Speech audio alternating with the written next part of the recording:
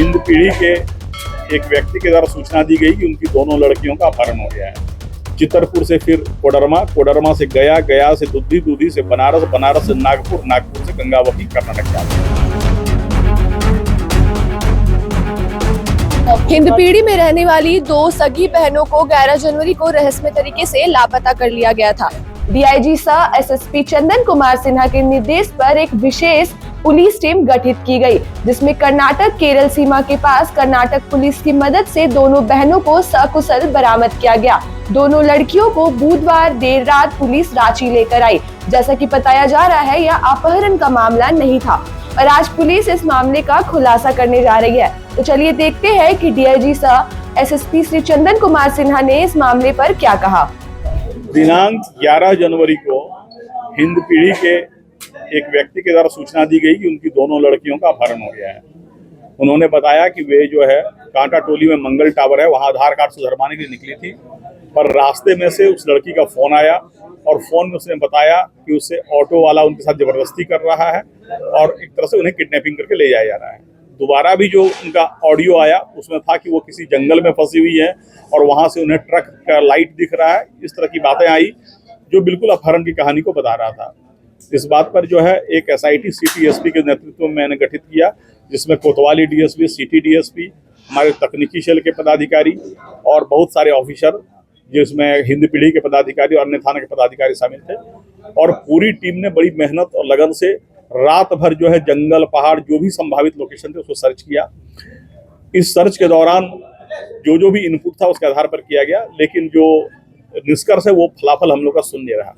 फिर जब हम लोग जो है अनुसंधान करना शुरू किए और हमारी टीम ने काफी दक्षता से सिटी एसपी के नेतृत्व में इस कांड का अनुसंधान किया, और जब अनुसंधान में बातें परत दर परत खुली तो लगा कि यह अपहरण की बात सही नहीं है संभवतः।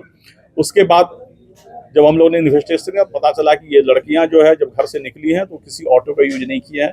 बाद में अनुसंधान में ये आया कि ये आल्टो कार से निकली हैं, और इस पूरे प्रकरण में पता चला कि वो जो लड़का जो इन्हें भगा कर ले गया था वह कर्नाटक का रहने वाला है, वो हैदराबाद में काम करता है और इनसे संपर्क में था। वह 5 जनवरी को ही यहाँ आ गया था, लेकिन पुलिस से बचने के लिए ये लोग लगातार मोबाइल तोड़ते रहे, सिम कार्ड तोड़ते रहे, केवल रेलवे स्टेशन के वाईफाई का यूज करते रहे। इस पूरे अनुसंधान के दौरान रांची पुलिस ने कई ट्रेन को सर्च किया, जिसमें से Palamu express, Shaktipunj express, Kamayani express, Gangavati express, Mandapam express, इससे बहुत सारे ट्रेन को सर्च किया गया। आरपीएफ के सहयोग से और वहाँ के स्थानीय पुलिस के सहयोग से कई स्टेशनों का सीसीटीवी फुटेज खंगाला गया और एक जबरदस्त मेहनत जो है रांची पुलिस की टीम के द्वारा किया गया, और अल्टीमेटली कर्नाटक पुलिस के सहयोग से हम लोगों ने इसे कर्नाटक में गंगावती में अभियुक्त को भी पकड़ा और इन लड़कियों को बरामद किया। हम लोग अभी जो है इन लड़कियों से पूछताछ कर रहे हैं कि पूरा प्रकरण कैसे हुआ। इन लड़कियों ने इतना बात किया कि जो ऑडियो उन्होंने बनाया था वो मुख्य अभियुक्त के बहकावे में बनाया था और उसमें उनके साथ ऐसी कोई बात नहीं हुई थी कि उन्हें कोई जबरदस्ती ले जा रहा है। हम लोग पूरे मामले की छानबीन कर रहे हैं और कुल मिलाकर जो 5 अभियुक्त इसमें शामिल थे, जो पूरे प्लानिंग में और पुलिस से बचने में उन्होंने सहयोग किया, उन सबों को गिरफ्तार किया गया है और हम लोग आगे का अनुसंधान कर रहे हैं। अभियुक्त एक जो है वो कर्नाटक के रायचूर जिले का है, जो मुख्य अभियुक्त है मोहम्मद इस्माइल। इसके अलावा हिंद पीढ़ी के 2 अभियुक्त हैं।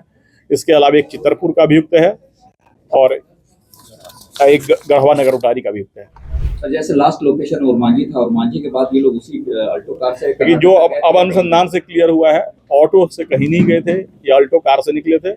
और पूरे अनुसंधान से यह क्लियर हुआ कि यहाँ से चितरपुर, चितरपुर से फिर कोडरमा, कोडरमा से गया, गया से दुद्धी, दुद्धी से बनारस, बनारस से नागपुर, नागपुर से गंगावती कर्नाटक जा रहे थे। नहीं, अभी जो है लड़कियां मन से निकली है या वो किसी दुष्प्रभाव में बोल रही हैं, जब तक लड़कियों को हम लोग काउंसलिंग करके उन्हें परफेक्ट नॉर्मल कंडीशन में नहीं ले आए तब तक कुछ भी कहना प्रीमेच्योर होगा।